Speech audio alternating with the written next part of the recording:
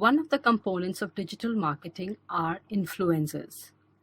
In traditional marketing, there is no counterpart to influencers, as it is a new phenomena that has arisen out of content and out of the ability of anyone to write about anyone else on the web or talk about anyone.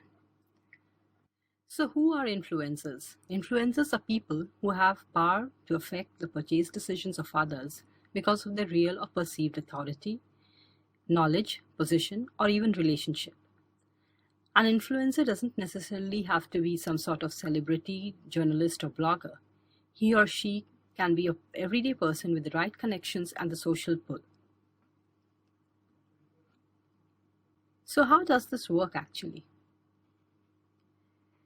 Say you are scrolling through your Facebook news feed during your lunch break and you see Kimberly from your yoga class posted something about her new Lululemon leggings.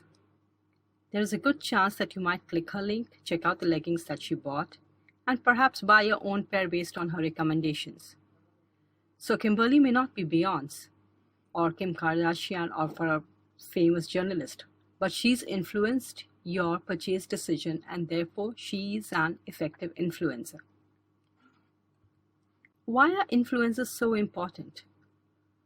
People may not trust brands very much, but around 90% of the people believe in brand recommendations from friends. So the more effectively a person is able to persuade another person to buy, the more important they become as an influencer. So how do you connect with influencers? There are 3 steps to it. You identify the influencers, then you activate your engagement or your contact with them, and then you reward them. Let's go into them one by one. So here are some parameters to identify influencers. The first is context, someone talking about your brand or pain points associated with it or even related topics. The next is reach, like somebody who has a large number of friends who are very active on the wall or their engagement level is very high. And the third is actionability.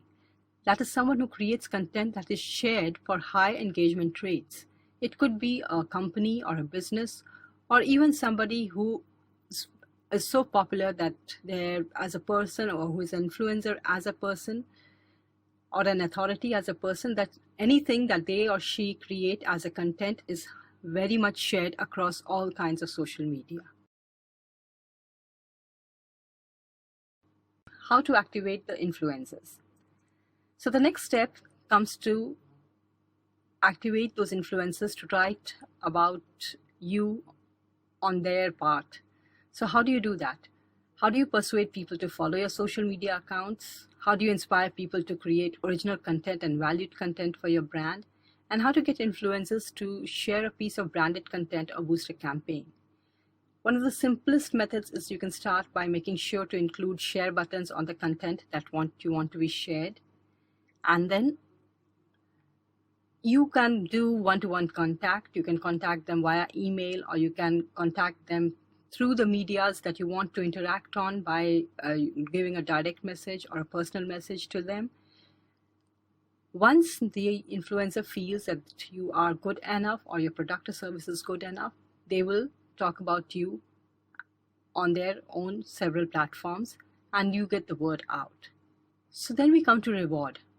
You identified the influencer, you made them write on your behalf. Do these influencers need a reward? Now suppose if I am saying good things about you, I do need to be compensated, maybe not financially, but at least I need to be acknowledged or I need to be made feel important or any combination of those. So yes, we love to reward influencers, especially for some of our clients. We do mention them on our icons, we tag them, and we have found that they respond too with the thanks and everything. And why? Because it makes them feel good too. Like others understand that you are appreciating their brand and like they also become someone with a greater authority on the subject. So it's a good idea to reward influencers. Very frequently, through acknowledgement and very less financially, because sometimes when it comes out that the financial aspect, that person is paid to write about something, the authority of the person in the eyes of the all their followers and their leadership kind of does not work out well. We have talked about rewarding influencers. We've talked about rewarding them financially or giving shout outs. Interacting with an influencer is something that needs a great amount of tact, because the influencer does not want to feel cheap, or they don't want to feel like this brand is approaching me, or they might back off or give negative reviews about your product or service.